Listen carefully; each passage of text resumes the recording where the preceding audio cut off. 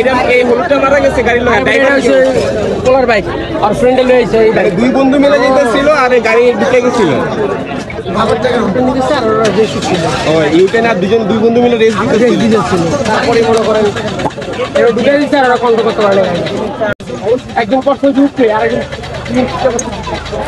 এই বডির উপর বসে একজন যে বডির উপরে বসে ভালো আর দুজন এই গাড়ি আমার ফ্রেন্ডের কি অবস্থা এমনে কোন মেডিকেলে মারছে আগুন ভাই ওরা কই উনি মসজিদে ছিল ওনার ফ্রেন্ড গাড়ি এই মিরপুর 13 নম্বর হারমান মেইনর স্কুলের আগে ইউটার্নে একটি প্রাইভেট কারের সাথে দুইটি মোটরসাইকেলের সংঘর্ষে মারাত্মক সড়ক দুর্ঘটনা হয়। এই অ্যাক্সিডেন্টের ফলে বাইক চালক একজন গুরুতর আহত হয়। তার অবস্থা খুবই আশঙ্কাজনক।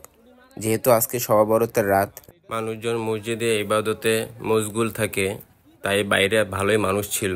ধরাধরি করে তাদেরকে মাক্স হাসপাতালে পাঠানো হয়েছে। সবাই ওদের জন্য দোয়া করবেন আর সবাই সাবধানে গাড়ি চালাবেন।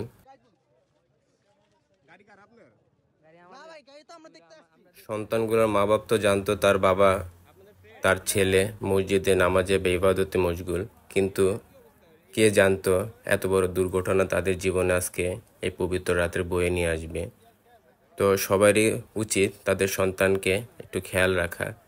তো সবাই সাবধানে থাকবেন, বিশেষ করে যারা রাস্তাঘাটে গাড়ি চালান। আল্লাহ হাফেজ।